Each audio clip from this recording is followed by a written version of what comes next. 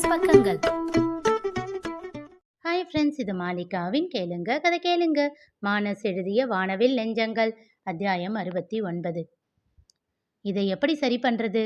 நித்யா வேதனையோடு வேணுவை கேட்டாள். சங்கரன் மாமா இருந்திருந்தா இந்த பிரச்சனையே இல்லை. அண்ணனை சமாதானப்படுத்த அவரை தவிர வேற யாரால முடியும்? அவர் இல்லாம போயிட்டாரே, வருத்தமாக கூறினான் வேணு. அதை கேட்டவளுக்கு சட்டென ஒரு சிந்தனை தோன்றியது. இருங்க யசோதாம்மா என்றவள் அவரை அழைத்தாள்.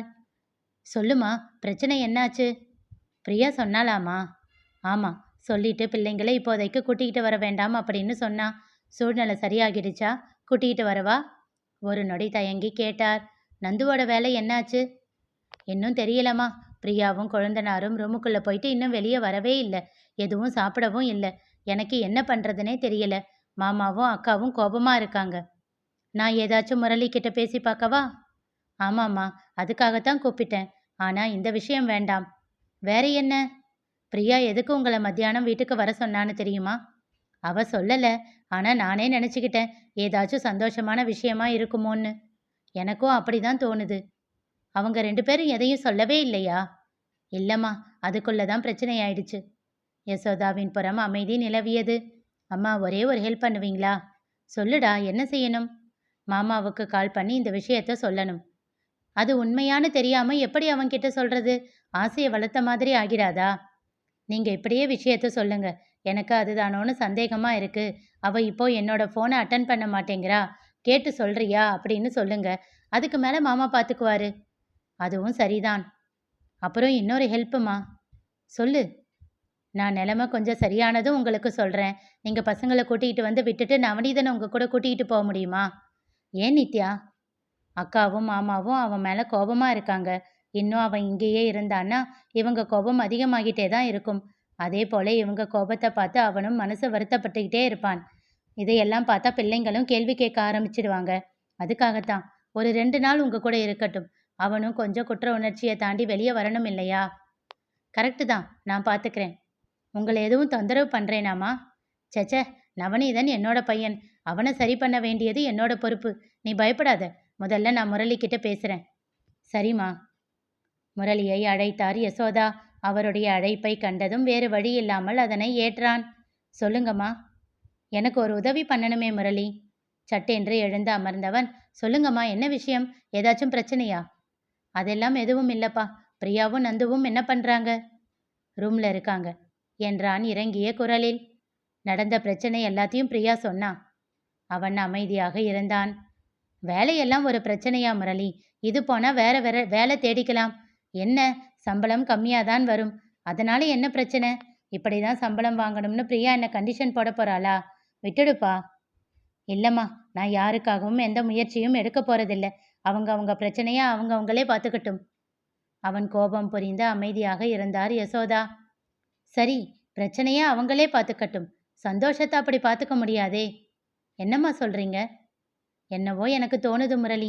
பிரியா மதியம் எல்லாரையும் கூட்டி வச்சது ஏதோ நல்ல விஷயத்த சொல்கிறதுக்காகன்னு நினச்சேன். இப்போ கேட்டா ஆமாம், அது ஒன்று தான் குறைச்சல் அப்படின்னு சொல்லிட்டு வச்சிட்டா. எனக்கு என்னவோ சந்தேகமாக இருக்கு முரளி. அதை கேட்ட நொடியில் அவன் கோபம் பறந்து சென்றது. அவனிடம் பதில் இல்லாமல் போகவே, முரளி என்று மறுபடியும் அழைத்தார் யசோதா. சொல்லுங்கம்மா. உனக்கு விருப்பம் இருந்தா அவங்க கிட்ட கேட்டு எனக்கு சொல்றியா? ஏன்னா உன்கிட்ட தான் எதிர்த்து பேசாம உண்மையா 2 பேரும் சொல்லுவாங்க. ஏதோ என் மனசுல தோணுச்சு, ஆசையை கூட வளர்த்துக்கிட்டேன். அதனால தான் உன்கிட்ட கேட்குறேன். கெஞ்சுதலாக அவர் கேட்டார். என்னம்மா இப்படியெல்லாம் கேட்குறீங்க? அவங்க எனக்கு மட்டும் பிள்ளைங்கள் இல்லையா? உடைந்த குரலில் அவன் கேட்டான். அப்போ உரிமை இருக்குன்னா அதை ஏன் விட்டு கொடுக்குற? ஏன் ஒதுங்கி போற? நந்து பண்ணது தப்புன்னா கூப்பிட்டு அவனை திட்ட வேண்டியது தானே. வேணும்னா ஒரு அடி கூட அடிச்சுக்கோ. அவன் என்ன வேண்டாம்னா சொல்ல போறான்? பிரச்சனை சந்தோஷம் எதுவாக இருந்தாலும் உன்னை தவிர அவங்க கிட்ட உரிமை எடுக்க யார் இருக்கா? உனக்கு நந்துவை பற்றி நல்லா தெரியும் தானே. எந்த விஷயமா இருந்தாலும் உன்னை பற்றி யோசிச்சு தான் முடிவெடுப்பான். இப்போ இதுலையும் ஏதாச்சும் காரணம் இருக்குமோ என்னவோ, யாருக்கு தெரியும்? அவனை கூப்பிட்டு கண்டிச்சு கேளு. அதை விட்டுட்டு ஒதுங்கி நின்னா என்ன அர்த்தம்? அந்த வீட்டோட ஆணிவேர் முரளினி. இந்த சின்ன பிரச்சனைக்கு போய் எல்லாத்தையும் உதறிட்டு நிற்கிறது சரியா? சாரிம்மா, நான் பார்த்துக்கிறேன் என்ற அழைப்பை தொண்டித்தவன் விழிகளில் கண்ணீர் பெருகி ஓடியது. அதனை கண்ட சத்யா வேகமாக அவன் அருகில் வந்து அந்த கண்ணீரை துடைத்து விட்டாள். எதுக்காக இப்போ அழறீங்க என்றாள் அதட்டலாக. என்னால முடியல சத்யா என்றவன் அப்படியே அவள் மடியில் சாய்ந்து வயிற்றை கட்டி கொண்டான். வேதனையோடு அவன் தலையை கோதினாள். சரி, நடந்தது நடந்து போச்சு. எல்லாத்தையும் தாண்டி வந்துதானே ஆகணும். அடுத்து என்ன பண்றது அதை யோசிங்க. ம் மாமாவை ரொம்ப மிஸ் பண்றேன் சத்யா. ஏன் அந்த ஆளு என்னை விட்டுட்டு போனாரு? எனக்கு யாருமே இல்லைம்மா. பிச்சிடுவேன் பிச்சு. லட்டு மாதிரி ஒரு பொண்ணை உங்களுக்கு கட்டி கொடுத்திருக்காரு, யாரும் இல்லையாமே என்றாள் அன்று சங்கரன் கூறிய அதே தொனியில். மெல்லிய புன்னகை ஒன்று அவன் இதழில் அரும்பியது. அவள் பார்த்து விடாதவாறு மறைத்து கொண்டான். எப்பவுமே இப்படித்தானா? எங்களுக்கு தான் உங்களை பற்றி தெரியாமல் போயிடுச்சு. இந்த மாதிரி பிரச்சனை வந்தால் நேராக உங்கள் மாமன் கிட்ட போயிட்டு அழுது முடிச்சு பிரச்சனையை சரி பண்ண ஐடியாவும் யோசிச்சுக்கிட்டு அப்புறம்தான் வீட்டுக்கு வருவீங்களா? இன்னைக்கு அவர் இல்லாததால் எல்லாம் இங்கே நடந்துடுச்சு போல கிண்டலாக அவள் கேட்க மெல்லிய புன்னகை மீண்டும் அவன் உதட்டில் பூத்தது. அடேங்கப்பா, சிரிக்கிறீங்களா? எங்க முகத்தை காட்டுங்க பார்ப்போம். புன்னகையோடு அவள் கேட்க முகத்தை அவள் வயிற்றில் புதைத்து கொண்டான் முரளி. அவன் செய்கையில் இன்னும் கொஞ்சம் சிரித்தவள், சரி சரி, போதும் போதும், எழுந்திரிங்க. அம்மா என்ன சொன்னாங்க அதை சொல்லுங்க. அடுத்து என்ன பண்ணணும் அதை யோசிங்க. என் புருஷனோட குட்டி மூளை வேலை செய்கிறத நிறுத்திடுச்சா என்ன என்றாள். மீண்டும் அவன் இதழில் மென்னகை அரும்ப எழுந்து அமர்ந்தான். அவன் கண்ணீரை துடைத்து விட்டவள் தன் முந்தானையால் அவன் முகத்தை அழுந்த துடைத்தாள். இப்போதானே தெரியுது, என் மருமகனை பார்த்துக்கோ என் மருமகனை பார்த்துக்கோ அப்படின்னு ஏன்னு மூச்சுக்கு 300 தடவை அந்த ஆள் சொல்லிட்டு போனாருன்னு. உண்மையிலேயே குழந்தை தாங்க நீங்க என்றவள் அவன் நெற்றியில் அழுத்தமாக முத்தம் வைத்தாள். யசோதா கூறியதை சத்யாவிடம் சொன்னான் முரளி. ஆமாங்க, இந்த நித்யா பொண்ணு கூட காலையில் பிரியா பேசணும்னு சொல்லிட்டு ஹாஸ்பிட்டலுக்கு போனதும் குலோப் ஜாமுன் செஞ்சா. எதுக்குடி அப்படின்னு கேட்டேன். ஏதாச்சும் நல்ல விஷயம் சொல்லுவாங்களோ என்னவோ அதுக்கு தான் அப்படின்னா.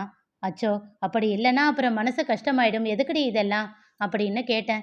அக்கா, இதில் என்ன இருக்கு? சந்தோஷ விஷயத்த சொன்னாங்கன்னா ஸ்வீட்டை வாயில போடுவோம், இல்லைன்னா எல்லாரும் வீட்டில் இருக்காங்கன்னு ஸ்வீட்டு செஞ்சோம் அப்படின்னு சாயந்தரம் எல்லாருக்கும் ஸ்நாக்ஸாக கொடுத்துடுவோம், அவ்வளவுதானே அப்படின்னு சொல்லி செஞ்சு டப்பாவில் போட்டு ஒளிச்சு வச்சிருக்கா என்றாள் சத்யா. நித்யாவை நினைத்த முரளிக்கு இதழில் புன்னகை அரும்பியது. அவளிடம் கோபத்தோடு கத்திவிட்டு வந்ததிலேயே அவன் கோபம் பாதி அளவு குறைந்து விட்டிருந்தது. யசோதா பேசியதும் இன்னும் கொஞ்சம் தெளிந்தான். சத்யாவின் பேச்சு மொத்தமாக அவனை தெளிய வைத்து விட்டது. இப்போ என்ன செய்ய? ராத்திரிக்கு சாப்பாடு செஞ்சாச்சா? நித்யா செஞ்சு வச்சிருப்பா. அவங்க 2 பேரையும் சாப்பிட வை, நான் வந்து பேசுகிறேன் என்று சொல்லி சத்யாவை அனுப்பி வைத்துவிட்டு தன் விரல்களால் உதட்டை பிதுக்கியவாறே சில நிமிடங்கள் யோசனையில் ஆழ்ந்தான் முரளி. வெளியில் சென்ற சத்யா, அவங்க 2 பேரும் வெளியே வந்தாங்களாடி என்று நித்யாவை கேட்டாள். இன்னும் இல்லைக்கா, நானும் கூப்பிட்டு பார்த்துட்டேன், சாயந்தரம் கூட எதுவுமே குடிக்கல. சரி, நான் பார்த்துக்கிறேன் என்று சொல்லிவிட்டு சென்று நந்துவின் அறை கதவை தட்டினாள். பிரியா, நந்து, சாப்பிட வாங்க. கதவை திறந்த நந்து, அண்ணி, எங்களுக்கு பசிக்கல, வேண்டாம் என்றான். அண்ணன் தான் உங்க 2 பேரையும் சாப்பிட சொன்னாரு, சாப்பிட்டு முடிச்சதும் உன்கிட்ட ஏதோ பேசணுமாம் என்றாள். அதனை கேட்டதும் வேறு வழி இல்லாமல் இருவரும் வந்து அமர்ந்தனர். வேணு, நீயும் சாப்பிடு என்று அவனையும் அமர வைத்து நித்யாவை உணவு பரிமாறச் சொன்னாள். அவர்கள் சாப்பிட்டு கொண்டிருக்கும் போதே முரளி அறையிலிருந்து வெளியில் வந்து தன் நாற்காலியில் அமர்ந்தான். நந்துவின் முகம் இறுகி போனது. அதற்கு மேல் உணவு தொண்டை குழியில் இறங்க மறுத்தது. உணவை அளந்து கொண்டே இருக்க, சீக்கிரம் சாப்பிடு என்று அதட்டினாள் சத்யா. அமைதியாக சாப்பிட்டு முடித்து முரளியின் முன் சென்று நின்றான் நந்து. நந்து, முரளி அழைக்க அதுவரை தலை குனிந்தபடி இருந்தவன் நிமிர்ந்து அவன் முகம் பார்த்தான். என்கிட்ட ஏதாச்சும் சொல்லணுமா? அவன் கேள்வியில் அழுகை உடைத்து கொண்டு வர வேகமாக சென்று அவனை கட்டி கொண்டு அவன் மார்பில் முகத்தை புதைத்து அழுதான். அண்ணா, சாரி அண்ணா, பிரச்சனையை ஆரம்பத்திலேயே முடிச்சிடணும். விஷயம் தெரிஞ்சா நீங்க வருத்தப்படுவீங்கன்னு உங்களுக்கு தெரியாமலேயே சரி பண்ணிடலாம்னு நினைச்சேன். ஆனா இப்படி ஆகும்னு நான் நினைக்கவே இல்லை அண்ணா, சாரி. அவனை அணைத்து அவன் முதுகை வருடியவன், சரி விடு, பரவாயில்ல, பார்த்துக்கலாம். காலேஜிலிருந்து ஏதாச்சும் நியூஸ் வந்ததா என்று கேட்டான். எதுவும் இல்லை அண்ணா. என்ன பிரச்சனை வந்தாலும் சரி பண்ணிடலாம், தைரியமா இரு, புரிஞ்சுதா? சரி போ.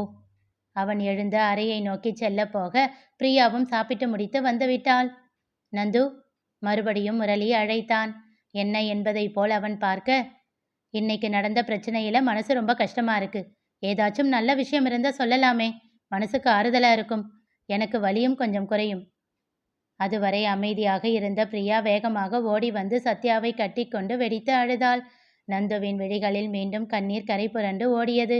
முரளியின் முன்னே வந்து மண்டியிட்டு அமர்ந்தவன் அவன் கைகளை பிடித்து அதில் தன் முகத்தை புதைத்து விசும்பினான். எவ்வளவு சந்தோஷமா எல்லாருக்கும் சொல்லணும்னு ஆசைப்பட்டோம். எதுவுமே இல்லாம போச்சே அண்ணா. அடி வாங்குவ நந்து. என்ன பேசுற நீ? இப்போ என்ன சந்தோஷம் இல்லாம போச்சு? நாம எல்லாரும் ஒரு கஷ்டத்துல இருக்கும்போது அதுல இருந்து நம்மள வெளியில கொண்டு வரப்போகுது உங்க குட்டி பாப்பா. பிறக்கறதுக்கு முன்னாடியே குடும்பத்தோட சந்தோஷத்தை மீட்டு கொண்டு வரப்போற தேவதையா இருக்காளே. இதை விட வேற என்ன சந்தோஷம் இருக்கு? அதானே. பாத்தியா, நம்ம குடும்பத்துக்கு ஏத்த குட்டிதான் என்றாள் சத்யாவும். சிரித்துக்கொண்டே பிரியாவின் கண்ணீரை துடைத்துவிட்டு, போதும் அழுததெல்லாம், இதுக்கு மேல அழக்கூடாது, புரியுதா என்றாள். நித்யாவிற்கு ஜாடை காட்ட அவள் வேகமாக சென்று குலோப் ஜாமுனை எடுத்து வந்தாள். இருவருக்கும் மூட்டிவிட்டனர். எங்களுக்காகத்தான் செஞ்சீங்களா? ரொம்ப தேங்க்ஸ் அக்கா என்றாள் பிரியா புன்னகையோடு. என்று தொண்டையை செருமினாள் நித்யா. நான் செய்யலடி, நித்யா தான் செஞ்சா. தேங்க்ஸ் அவளுக்கு சொல்லு என்றதும் அவளிடம் திரும்பினாள் பிரியா. போதும் போதும், தேங்க்ஸ் எல்லாம் எதுவும் வேண்டாம். உங்க கல்யாணத்தை பேசி முடிச்சு விட்டதுக்கு எனக்கு தனியா ஒரு பட்டுப்புடவை எடுத்து கொடுத்தீங்களே, அந்த மாதிரி வைரத்தோடு வைர வளையல் இப்படி ஏதாச்சும் வாங்கி கொடுங்க, அதுவே போதும். என்னது, அதுவே போதுமா? அவள் கூறியதை கேட்டதும் திகைத்தான் வேணு. எல்லோரும் சிரித்துவிட வேணுவை முறைத்தவள், நான் உங்களையா கேட்டேன்? நீங்க தான் எனக்கு எதுவும் வாங்கி தர மாட்டீங்கன்னு தெரியுமே, நான் கொழுந்தனார்கிட்ட தானே கேட்டேன் என்று சொல்லிவிட்டு உதட்டை சுழித்துவிட்டு உள்ளே சென்று விட்டாள். மீண்டும் எல்லோரும் சிரிக்க நந்துவின் கைபேசி ஒலித்தது. எடுத்து பார்த்தவனின் முகம் இறுகியது. அழைத்தது யார்? தெரிந்து கொள்ள தொடர்ந்து கேளுங்க, கதை கேளுங்க. மீண்டும் சந்திப்போம்.